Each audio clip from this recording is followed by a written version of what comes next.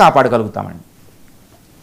Right. ఇక భారత్ వ్యతిరేక ఆందోళనలు బంగ్లాదేశ్లో పెరుగుతున్న పరిస్థితి.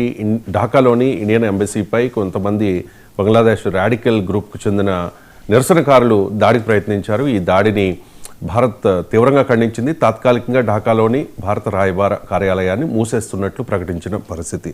ఎందుకు ఈ స్థాయిలో బంగ్లాదేశ్లో భారత వ్యతిరేక కార్యకలాపాలు ఆందోళనలు కొనసాగుతూ ఉన్నాయి, కంటిన్యూ అవుతున్నాయి? అంటే వచ్చే ఫిబ్రవరిలో బంగ్లాదేశ్లో ఎన్నికలు జరగబోతున్నాయి. వచ్చే ఫిబ్రవరిలో బంగ్లాదేశ్లో ఎన్నికలు జరగబోతున్నాయి. ఇక్కడ Awami League party, Sheikh Hasina party participate చేయడంలో, మిగిలిన పార్టీలో బంగ్లాదేశ్ నేషనలిస్ట్ పార్టీ ముందంజలో ఉంది. దానికంటే కొంచెం తక్కువలో ఇంకొక పార్టీ జమాయిత్ ఈ ఇస్లామీ అనే పార్టీ ఉంది.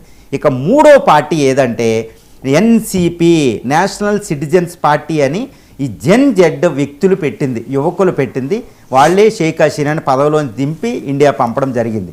ఈ నేషనల్ సిటిజన్స్ పార్టీ, ఈ జెన్ జెడ్ వ్యక్తులకి కేవలం 6% సీట్లు వచ్చే అవకాశం ఉంది వచ్చే ఫిబ్రవరి ఎన్నికల్లో. ఇది సర్వే కాబట్టి వాళ్ళ అవకాశాలు ఎక్కువ చేసుకోవడానికి యాంటీ ఇండియా, యాంటీ హసీనా ఇష్యూని వాళ్ళు తీసుకొస్తున్నారు. కాబట్టి వాళ్ళు ఏంటంటే వెంటనే షేక్ హసీనా మాకు అప్పచెప్పండి అనే ఒక డిమాండు, రెండు ఇండియా యాంటీ ఇండియా మా విషయాల్లో జోక్యం చేసుకోకూడదని మాట్లాడుతూ ఇండియా వీసా క్యాన్సిల్ చేసింది నెపంతో వాళ్ళు ఇప్పుడు బంగ్లాదేశ్లో ఢాకాలో ఉన్న భారత ఎంబసీని వాళ్ళు అటాక్ చేయడం జరిగింది. చాలా కష్టంగా సెక్యూరిటీ దళాలు దాన్ని ఆపలేని పరిస్థితి వచ్చిందనమాట. లేకపోతే వాళ్ళే ఇంటెన్షనల్గా అలౌ చేశారో లేదో కూడా తెలియదు. ఎందుకంటే ఎన్సిపి పార్టీ జెన్ జెడ్ నాయకులు ఇప్పుడు యూనస్ ప్రభుత్వంలో వాళ్ళు భాగస్వామ్యం గుర్తుపెట్టుకోవాలి. అంటే ప్రభుత్వంలో భాగస్వామ్యులు ఈ చర్యకు పాల్పడ్డారంటే యాంటీ ఇండియన్ యాక్టివిటీస్కి అది ప్రభుత్వం హ్యాండ్ ఉంటుంది. లేదు, రెండోది ఏంటంటే ఎన్సిపి కార్యకర్తలే ఈ ఎట్టి పరిస్థితుల్లో కూడా చికెన్ నెక్ని డివైడ్ చేసి ఇండియా నార్త్ ఈస్ట్ స్టేట్లను డివైడ్ చేయాలి, లేకపోతే బంగ్లాదేశ్ విషయంలో జోక్యం చేసుకోకుండా ఇండియా ఆగదని విపరీతమైన స్టేట్మెంట్లు. అందుకే భారతదేశం కూడా చాలా తీవ్రమైన హెచ్చరిక జారీ చేయడం. అది ఏమంటుందంటే దౌత్యపరంగా ఆ దేశ రాయబారి భారతదేశంలో ఉంటారు. ఆ రాయబారిని ఢిల్లీలో మినిస్టర్ ఆఫ్ ఎక్స్టర్నల్ అఫైర్స్, విదేశాంగ శాఖ మంత్రిత్వ శాఖ హెడ్ క్వార్టర్కి పిలిపించి మరీ ఆ దౌత్యపరంగా మన యొక్క వార్నింగ్ని వాళ్ళకి ఇవ్వడం జరుగుద్ది అనమాట. కమ్యూనికేషన్ అంతటికి పాల్పడిందంటే బంగ్లాదేశ్ ప్రభుత్వం నిరోధించలేకపోతుంది. చాలా జాగ్రత్తగా చేయండి. ఇండియా వార్నింగ్ ఇవ్వడం జరిగింది. కానీ ఇక్కడ చాలా జాగ్రత్తగా ఒకటి పరిశీలించాలి.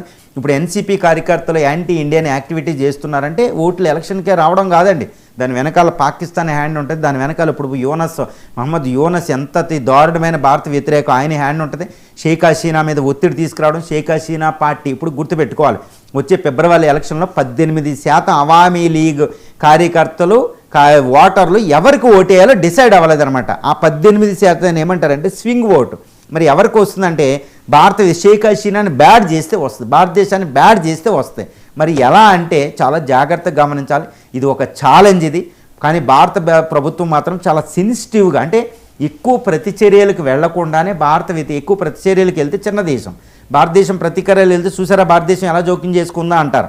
కాబట్టి చాలా జాగ్రత్తగా సెన్సిటివ్గా అక్కడ బంగ్లాదేశ్ నేషనల్ పార్టీతో ఎక్కువ సంబంధాలు పెట్టుకుంటుంది. ముఖ్యంగా ఖలీదీ హాస్పిటల్లో ఉంటే సాక్షాత్తు ప్రధానే ఆవిడికి చెప్పి హెల్ప్ కూడా కావాలంటే నేను అందిస్తానని బంగ్లాదేశ్ నేషనల్ పార్టీ బిఎన్పితో దగ్గరయ్యారు. అంటే బిఎన్పికి విజయావకాశాలు ఉంటే ఆ పార్టీ అధికారంలోకి వస్తే దాని ద్వారా భారత బంగ్లా సంబంధాలని పునరుద్ధరించుకోవాలి అని ఒక అద్భుతమైన ఉద్దేశంతో భారతదేశం వెళ్తుంది.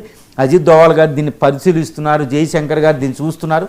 కానీ వాళ్ళు ఎంతటి తీవ్రమైన ప్రతిచర్యలకు దిగినా, భారత వ్యతిరేక కార్యకలాపాలకు దిగినా భారతదేశం చాలా సమయంతో పేషెన్స్గా అన్ని జాగ్రత్తలు తీసుకుంటుంది. ఎందుకంటే ఫిబ్రవరి ఎలక్షన్ అనేది భారతదేశానికి అతిపెద్ద పరీక్ష కాబోతుంది. ఏమవుతుందో చూద్దాం. రైట్. ఇక ఫైనల్గా ఎంజీ రావు గారు, చాలా ఇంట్రెస్టింగ్ టాపిక్ ఇది.